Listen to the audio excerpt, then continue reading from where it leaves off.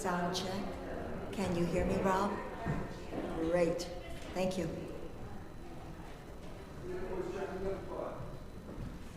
Fine.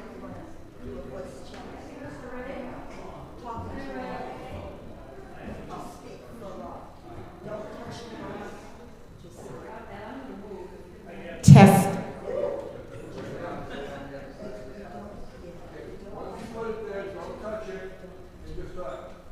Testing.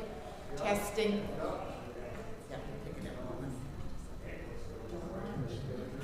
I almost called you to see if you had left yet. I was running behind on my plans. I get out of the house before I got back to the house. Nobody's left yet. It's 10:10.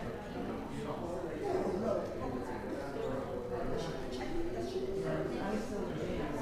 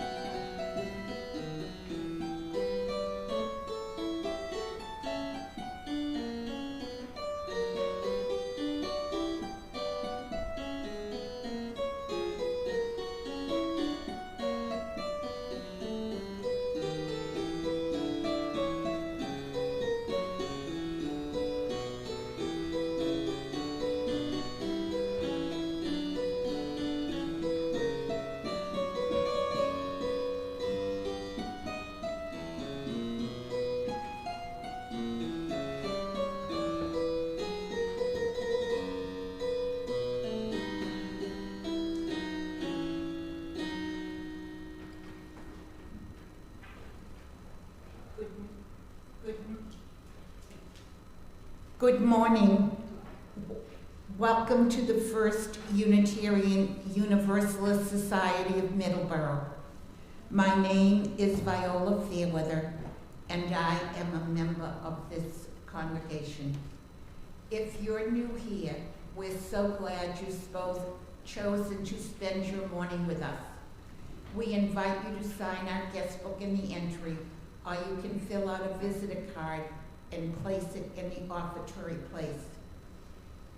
If you are looking for a spiritual home, we hope you will find it here and want to learn more about how we can serve you. Our greeters today are Nancy Backus. Do you want to raise your hands? Nancy Backus, Bette Giddings, and Patty Simon. They'll be happy to answer your questions and help you find your way around. If you are coming in to us through YouTube, we welcome you and hope that you will come often. Restrooms are located downstairs. We are handicapped accessible with an elevator serving both levels of the church. The elevator is located at the back of the sanctuary. We also have hearing-assisted devices and large print hymnals. Emergency exits can be found at the main entrance on 25 South Main Street and the Nickerson Avenue side entrance. At the conclusion of the service, there will be an opportunity to share deeply held personal joys and concerns. This portion of the service will not be broadcast. Please take a moment to turn off your cell phones so you don't miss a word or a note and enjoy the service. Afterwards, we invite each of you to join us for coffee and conversation for those who feel comfortable socializing downstairs in the parish hall. We're so glad you've joined us. You can learn more about our church on our website. The address is on the cover of your order of service. We have there are many announcements in your bulletin which we ask you to observe. For those who took tags from the giving tree, please be sure to bring in all gifts before or on next Sunday. Put each gift in a bag with the marking tag securely attached. They will be delivered after next week's service. Contact Doreen if you have any questions. Morning. I'm Andrea. Good morning. I'm Andrea Priest. Bob Waterman asked me to remind everyone about the holiday service auction coming up. There's a posting in your order of service, but it doesn't tell you the deadline, which is today. But it's been extended to midnight, so you have plenty of time to think about the things that you could offer, to think about the things you want to put in as a reverse offering. And we've had everything from rides to the airport to delivered manure to apple pies, not on the same day, those things. So if you can come up with something that you would like to offer, from the simplest to the most elaborate, and if there's things that you need that you want to put in, there might be others that can help out. So midnight, and the email address is in your program. Thank you.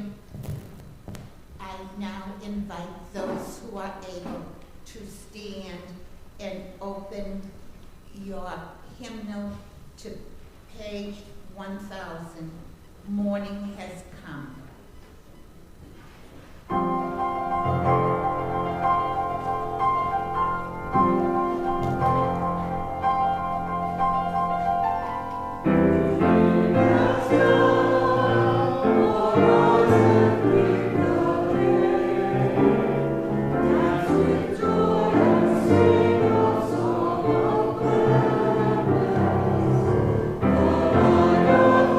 Is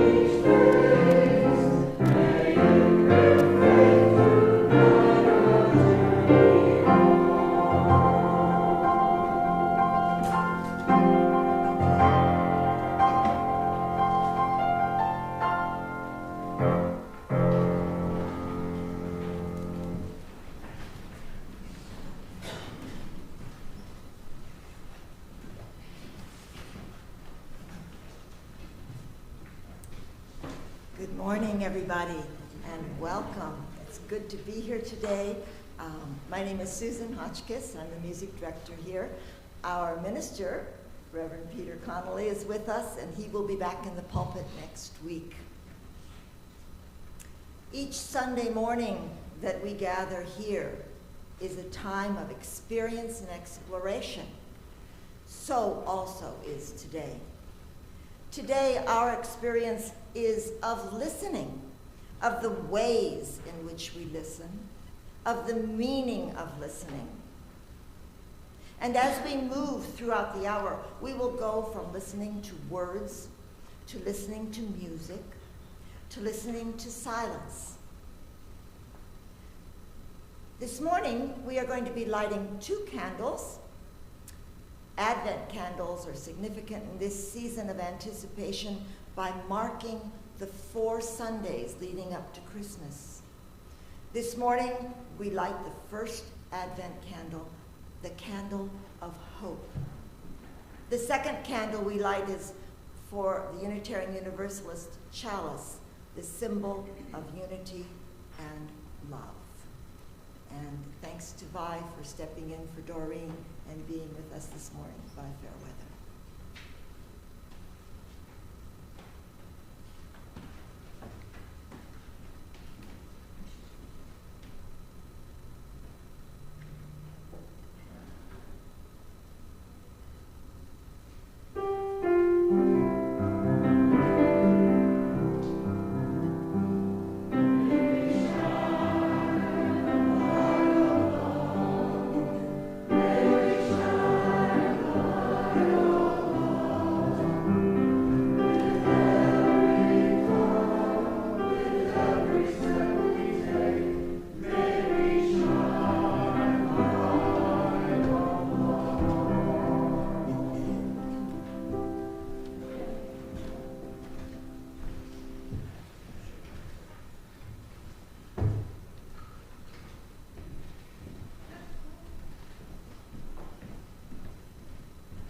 Do we have some children or young at heart who would like to move forward in the room? If you would, please come up. We have something rather unique for our musical offering today. It is a piece called K-Jack. This is a percussion piece where there are instruments making percussion and there are voices doing vocal percussion. The shape of this piece is starting very quiet and getting very large and exploding. And a bit of silence. And then coming back in loud and going back to quiet. So, this is K-Jack. I hope you enjoy it. I should mention that the person who did this was Scott Ward, who is a fellow UU music director, and he calls it a chant to confuse the devil.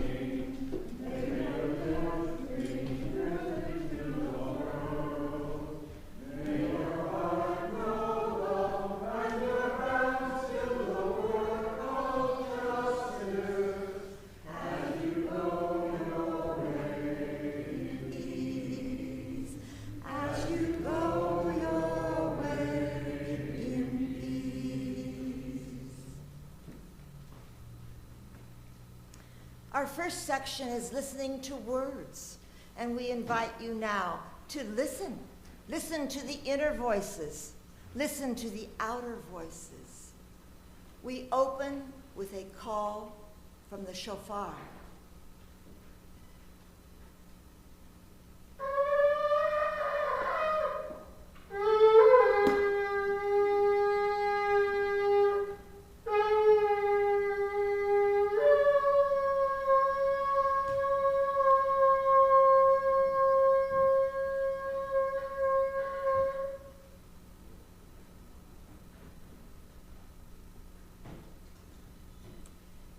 In the beginning was silence.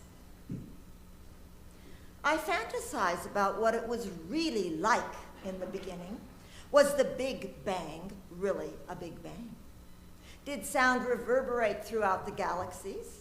Or does it matter, like the trees silently falling in the forest when there is none to hear?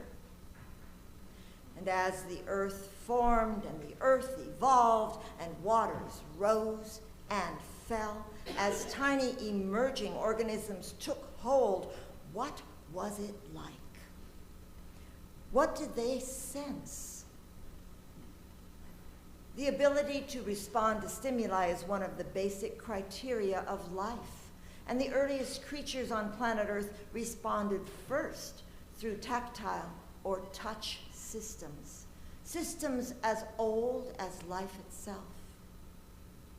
As these creatures emerged from the ooze and muck, this sensory apparatus evolved with new nerve connections, growing ways of knowing, and then of responding. Understanding those earlier ways of sensing and of knowing may be difficult for us, for we are primarily a visually oriented culture. Sight was the last and most specialized sense to be developed by evolving humankind. Stereoscopic vision took on new imperative when our ancestors left the ground and took to the trees. It has been estimated by Edward T. Hall that the eyes may be as much as 1,000 times more effective as the ears in sweeping up information. Is that why we have neglected the ear? Why we ignore the importance of listening until we can no longer hear? Why we confuse hearing with listening, and why we confuse listening with understanding? According to J. Lambert, some Australian Aboriginal peoples use the same word for listening as they do for understanding. These are peoples whose traditions closely align them with all that is around them, who see themselves as linked to ancient earth, where every force, every form, every creature has its own intelligence, its own spirit, and its own language. One can listen and understand through the use of all the senses, gaining messages of the nature of all reality. But we have become a culture of looking rather than listening. We have also become a nation of blabbermouths, using every means available to express ourselves. Our environment is full of distractions. We are drowning in a sea of noise, creating fatigue. Our ability to listen is influenced by our personal biases or attitudes towards the person who is delivering a message, and by our own emotional state, our boredom, our tendency to daydream, by how much we need to satisfy our own agenda. After all, whenever we listen thoroughly to another person's ideas, we open ourselves to the possibility that some of our own ideas are wrong. According to author Brenda Ullin, listening is a great and powerful thing. We often don't listen to our children or to those we love, and least of all, to those we do not love.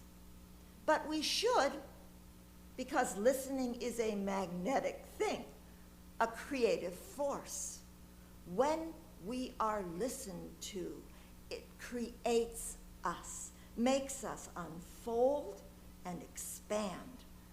Ideas actually begin to grow within us and come to life. When someone has listened to us, we go home rested and lighthearted.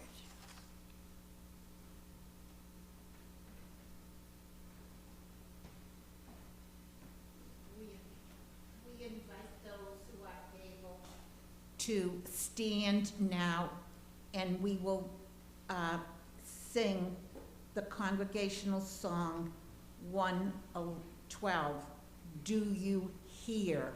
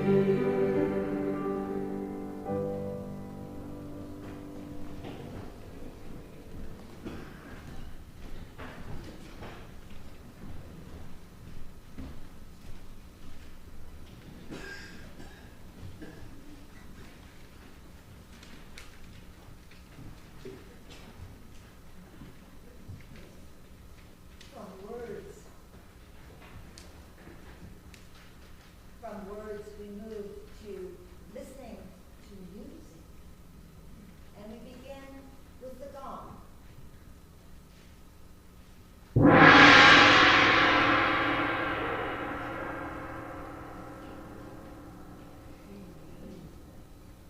Well, that was exciting.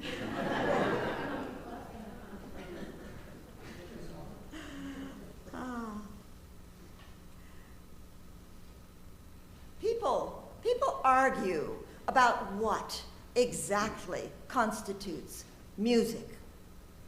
Those with a very broad perspective might say that all sound around us can be heard as music. Sounds of nature, machines, coughing, shuffling of feet, cycling on and on of the heater or fridge, or newly acquired induction stove, which we just got. And at the other end of the spectrum, some might say the only music worth listening to is of a certain type, classical or pop or rock or jazz. Some people's musical language is so exclusive that they only understand a tiny subgrouping within the larger world of music.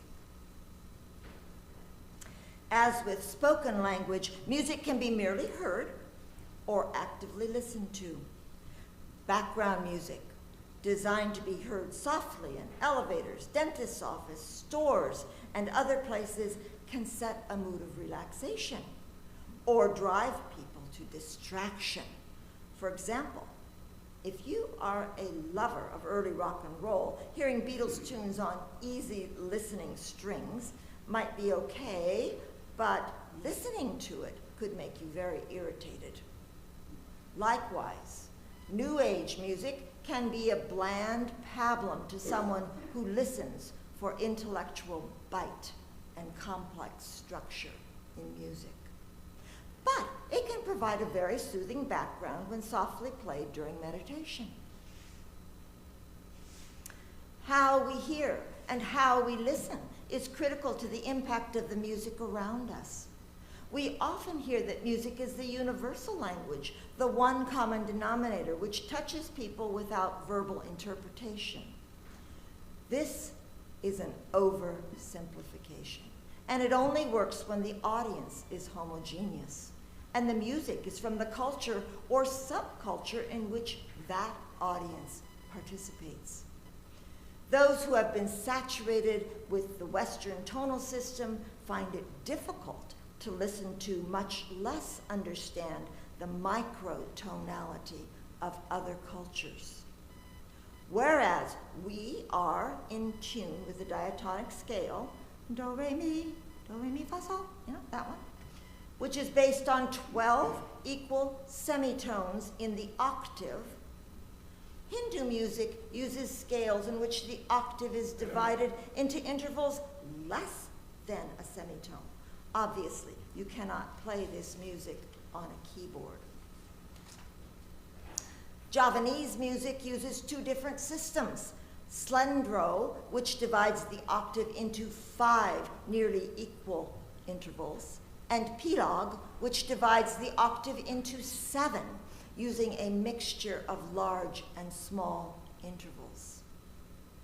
Musically speaking, the West was introduced to the East at the World's Fair in Paris in 1889, when what became known as the French Impressionists witnessed Javanese dancers and music. They were introduced to the gamelan. Yes. And that was just the beginning of a diversion away from romantic, classical, Baroque, the music of the past in Europe.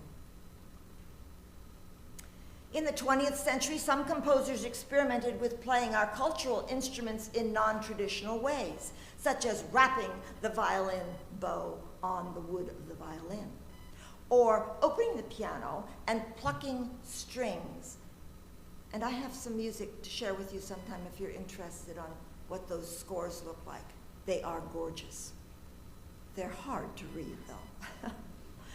Some composers, such as Shostakovich, captured the horrors of war with dense dissonance. Some, like Schoenberg, developed complex and weird composition rules, such as the 12-tone system. By the 1960s, some composers were using electronic equipment to create loops of sound. These were synthesized electronic sounds, not the digital keyboards that we now play all the time.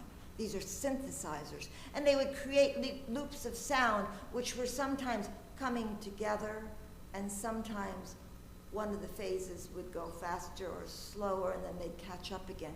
And they created a pulsing feel, and they experimented with this. So what scientifically happens when we listen to music? Lots. Studies show that music put us in a state of arousal, including changes in pulse rate, blood pressure, and muscular tension. Moreover, when listening to music we love, we have the added pleasure of released endorphins in the brain. The degree of chemical release is the same for the lover of Mozart or the lover of country western, providing the music fits the listener. Music, when combined with language, is a powerful tool for expression. In 1972, the American Cathedral Organists and Choirmasters Association commissioned Richard Felciano to write 2 public pieces, one of which we are going to share with you. The first piece is called The Not Yet Flower, a Crisis of Growth. The second piece is called Cosmic Festival. That's the one we're going to play and sing. It's written for unison voices and electronic sounds. The score is pictured on the insert of your order of service. The score starts with Earth, planet Earth, and spirals out to infinity. It's read as a spiral, and you will see letters and numbers on your spiral. The letters are musical motifs, each letter with a unique tune and set of lyrics. Letter A is a setting of text by Elizabeth Barrett Browning. Earth's crammed with heaven, and every living thing afire with God. This B, letter B, is Ralph Waldo Emerson. To the wise, life is a festival. Letter C is just a repeated motif, festival, festival, festival, festival. And D is by Walt Whitman. Truth lies waiting in all things, unfolding itself from living buds, but it must be first in yourself. It shall come from your soul. It shall be love.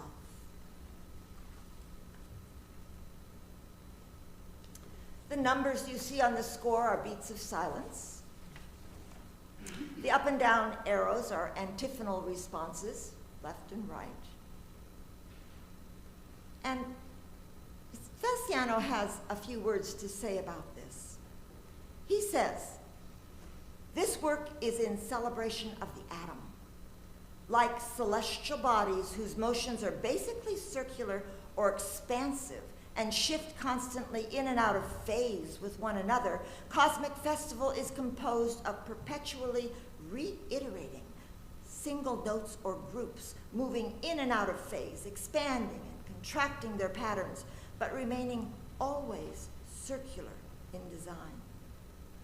The atom and the universe, including the earth and everything in it, may be seen as one gigantic atom. As our ensemble comes forward, I will tell you a bit about what you're going to hear.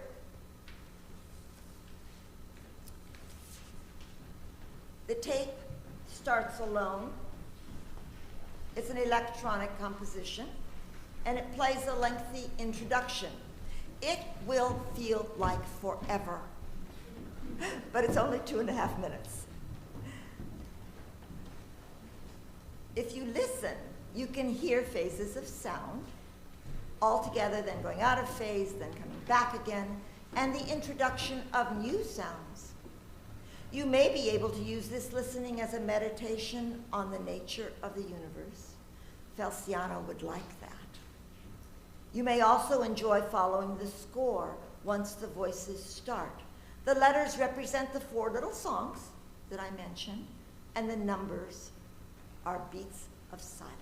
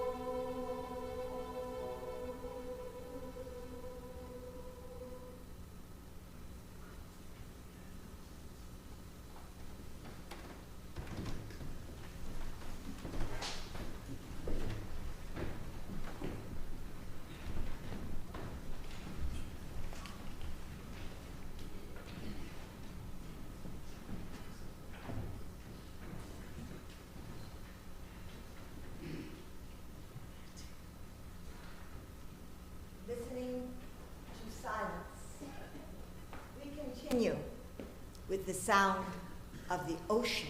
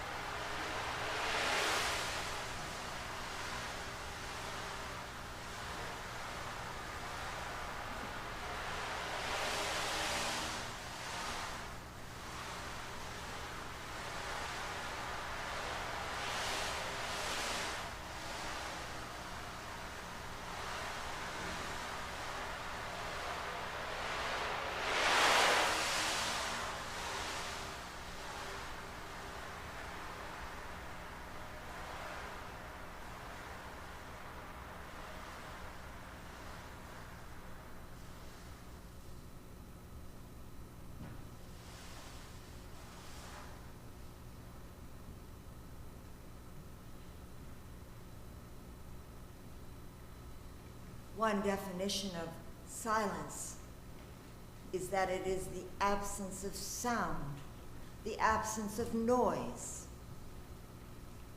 In our modern world, we seem to have lost the time and ability to find silence, lost the art to be silent. It is as if we are afraid of simply being. When we attempt a silent meditation, we often find a lot of chatter in our brains, sometimes referred to as monkey brain. One way of getting rid of the chatter is to focus on sound and sensation, beginning with the breath, in and out.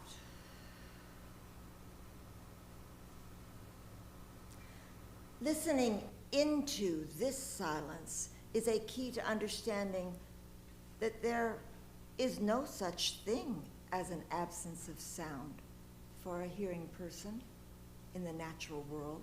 Even in the womb, the gestating infant is surrounded and bombarded with the gurgles and murmurs and drumbeats of the mother's body. Just as there is no real inner silence, there is no real outer silence. We are surrounded by sounds, and we choose those to which we will listen. The sound of the heater,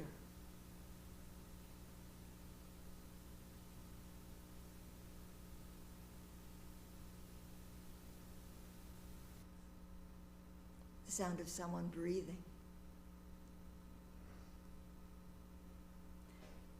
John Cage was a pioneer in eliminating the border between sound and music. Some say he was a philosopher. Some say he was a genius. Some say he was a quack. It's no surprise that he was fascinated by Zen Buddhism, and his influence on freeing music from traditional structure opened doors to very innovative composition. But is it music? That's a good question.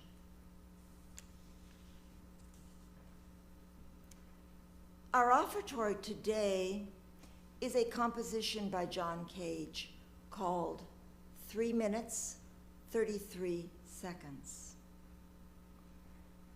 I have adapted this piece to 2 minutes and 33 seconds. And I am going to perform this piece for you. Will the ushers now come forward to take up the offertory?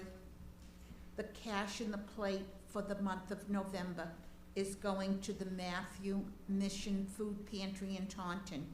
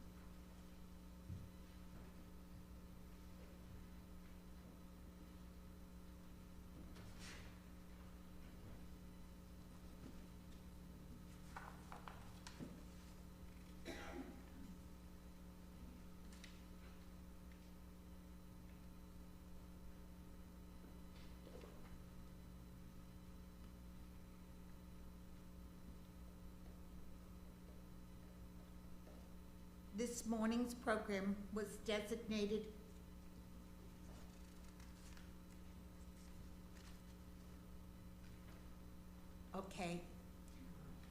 we're going to go to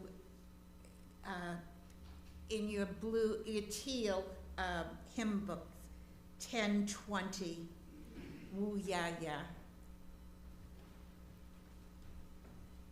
All those who are able, please stand.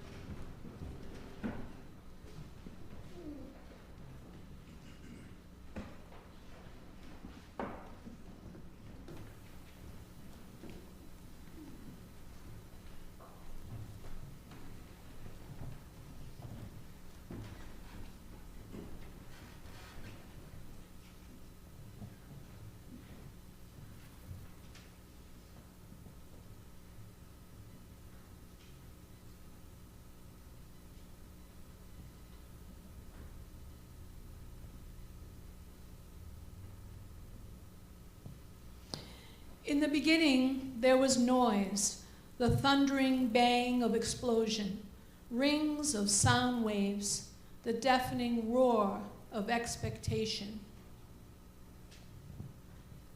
And the noise begat vibration, atoms and molecules jumping and dancing, joining and splitting, each singing its unique signature song. And the vibration begat rhythm, orbits, seasons, cycles, the beginning of life, and the steady beating of hearts. And the rhythm begat people, people who in turn echoed their heartbeats on drums and lifted their voices in chants for work, for war, celebration, lamentation, and in songs to transcend the knowledge of death. And so there was music, that which soothes the beast and inspires the poet.